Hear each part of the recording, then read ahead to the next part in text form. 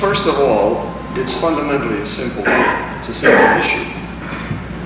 An issue of innate personal right. I keep making the statement that we are all born with these rights, everybody. Somalis, Afghans, Zairians, Eskimos, and us. These rights are innate. They can't be taken away, ever. They can only be obstructed. You can only be prevented from exercising them, which is the tragic history of humanity. But we're still there. I'm not a real history buff, but maybe I can be corrected on this.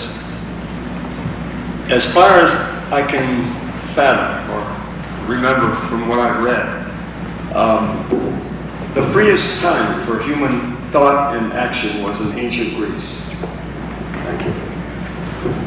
As far as I know. And in fact, I think the freest time was in ancient Alexandria, the old Hellenistic period in North Africa.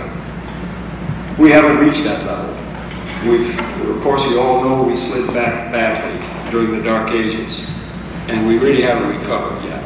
Let's not flatter ourselves. We don't have the personal freedom of thought and action that the Hellenists in ancient Alexandria had, and the Greeks of Hippocrates' day. True, they had slaves, black slaves and others, captured in war. But you must understand they weren't hypocritical about it. They said these were not human. They're property. And they acted accordingly. Now we would say, well, that's immoral. We wouldn't probably do that today, but just a short 200 years ago or so, 180 years ago, we had the same thing. Our Supreme Court said, these blacks are property, they're not human. You see, we're still struggling to get free, to get our freedom that we should have had long ago. We don't have the freedom of ancient Greece. We are still struggling to get out of the Dark Ages. This is a matter of rights. What is the most fundamental right? Ever ask yourself? Now we have certain so-called inalienable rights. I guess the revolution, so-called, from the Dark Ages started with a Magna Carta, which wasn't much, but it was the beginning. And culminated, we are so proud to say, in our Bill of Rights, the Constitution.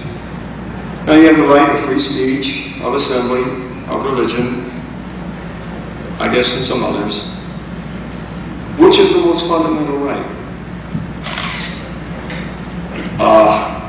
Depends on the time and place. Even they are contingent. They are conditional. All of them are precious. And at one time or another, in everybody's life, generally, one of them becomes paramount, the most important. So what's more fundamental, the right of free speech or the right to choose not to suffer? If you're healthy, you'd say the right of free speech, as most of our people say. But if you're terribly afflicted and suffering, I don't think the right of free speech would mean much to you. It all depends on where you are and what's happening. And that's what's wrong with eternal, inflexible ethics.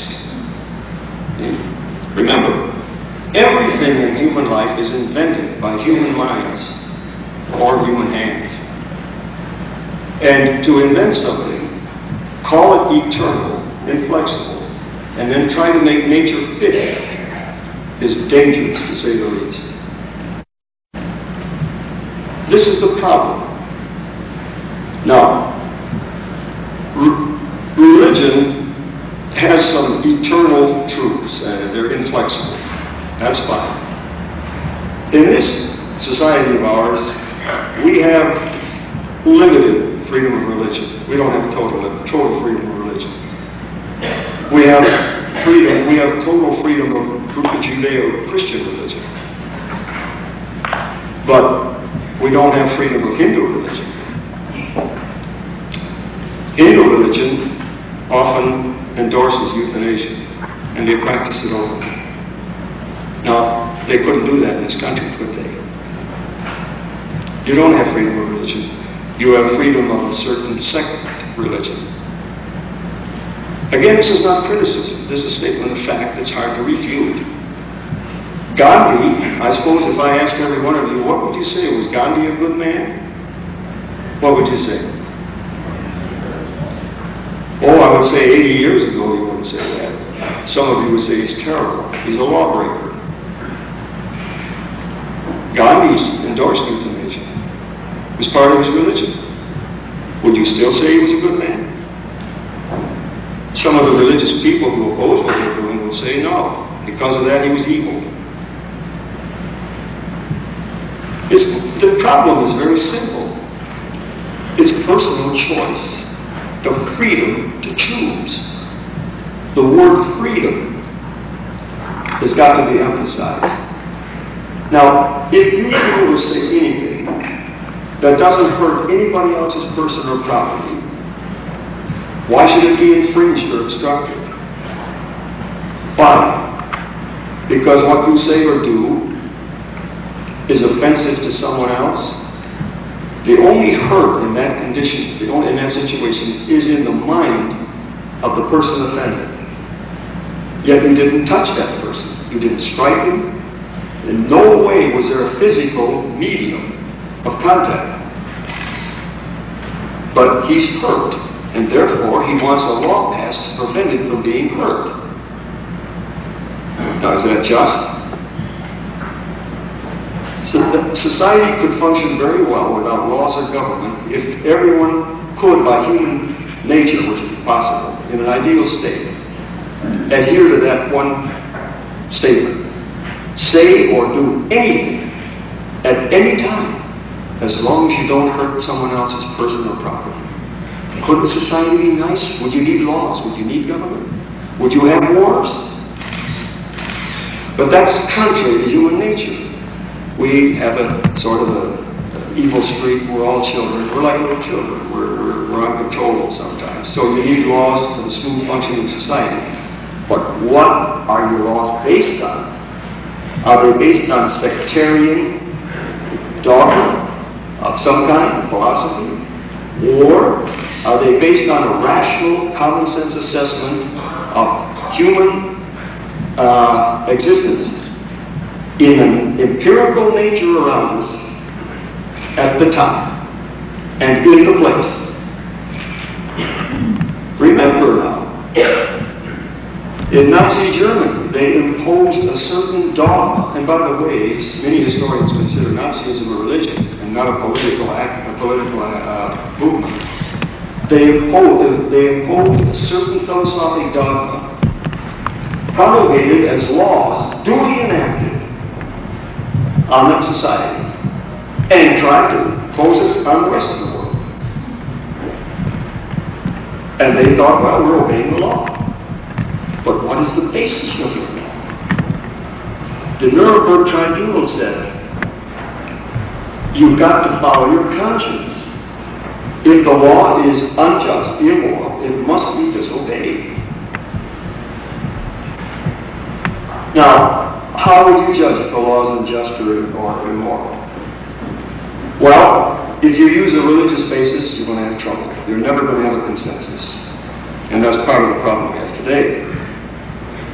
If you use a secular basis, it becomes easier, but not very easy to solve, but easier. That one rule area, as long as someone else's personal property is not hurt, it's allowed.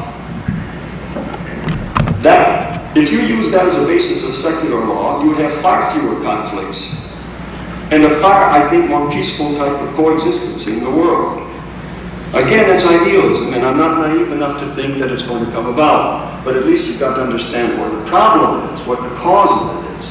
Now, this is a form in a place of worship. I personally am agnostic. I am not anti-religious. I don't know. I'm being honest. I don't know. Where did we come from? I don't know. Where are we? Even the physicists don't know. And where are we going when we die? I don't know. Now, if you invent something that says you know, fine. I'm sure it makes you feel better. And I wish I could join you because I feel uneasy. I could feel much better with an answer given to me that I could accept honestly. I cannot. I'm a scientist. I guess I've spent most of my life, and I just cannot accept it. Now, why should I obey a law based on something that I can't accept? That you accept, when fundamentally you say you don't know because you end up with the word faith. I never ridicule that. But even Aquinas said that. Beautiful argumentation, you know. Beautiful. He's extolled, he's praised for his wonderful philosophical works. And he ends up with one word, faith. Well, he could have begun there as far as I'm concerned. See, one should never ridicule another's philosophy or judgment or anything. But it can't be used as a basis of universal secular law. That's got to be based in nature. We would have far fewer laws on the books if we worked that way. What happens today when you have a crisis born of the mistaken way you've taken as a society? Not just a society, throughout history. What do? You pass another law, right? You've got tons of laws on the books. You've got more gun control laws coming. You don't enforce them. You can't. You have a child, 10-year-old boy carries a loaded gun to school. Boy, if we did that in my day, we wouldn't do it again. But today you do. You have laws that you don't enforce. And then you use intimidation by passing more laws. And you learn that intimidation doesn't work, especially with certain personalities. I'm saying things that you all understand and already know. There's probably nothing new about it. This is a simple issue. It's not a matter of assisted suicide. That's an ugly word anyway. I don't like it. It has a negative connotation. It's assistance to end suffering. It's better.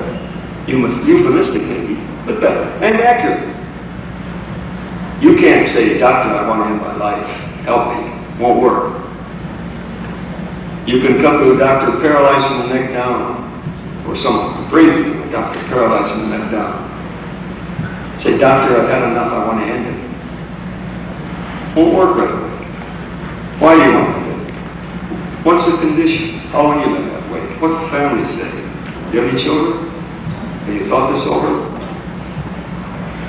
You see, it's assistance to end intolerable and irremediable human suffering.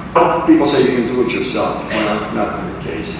And even if you could, how do you do it? Alone, fearful, frightened, anxious, all negative emotions and feelings. Is that good when it could be done better? It's better with family, loved ones around, at the right time, in the right way, with professional help. That's better. If we treated animals the way we treat suffering human beings in many of our medical institutions, you would be jailed. Now, why can you do it? Why do you get away with it? You know what? One word. Sanctity. Because the human is sacred, you can't have the same compassionate treatment that an animal gets because the animal is profane. Now, is sanctity a given?